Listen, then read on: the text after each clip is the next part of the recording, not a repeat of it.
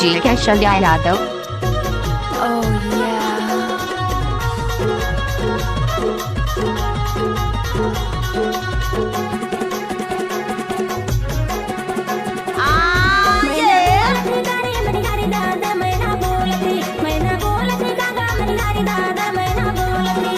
अच्छा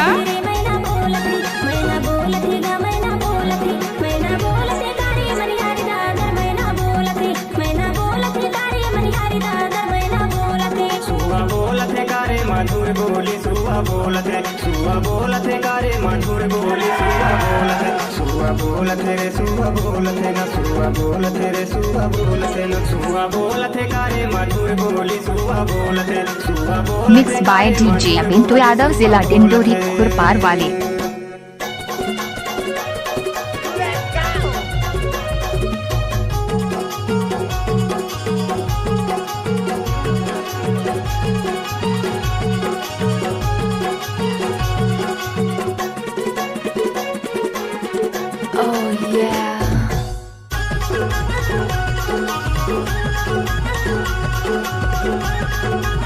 डीजे कैशल्या यादव।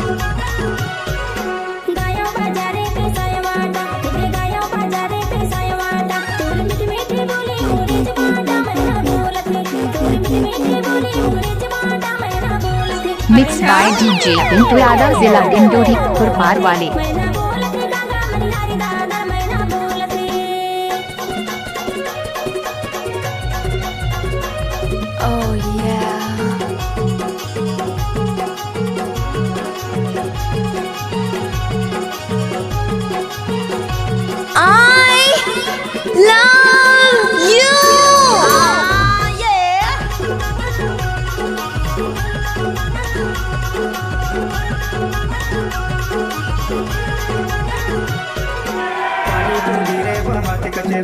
पानी तो गिरे बहात कचरा, मुला तोर ऊपर भैया लगे पहरा सुआ बोलत है, मुला तोर ऊपर भैया लगे पहरा सुआ बोलत है, सुआ बोलत है कारे।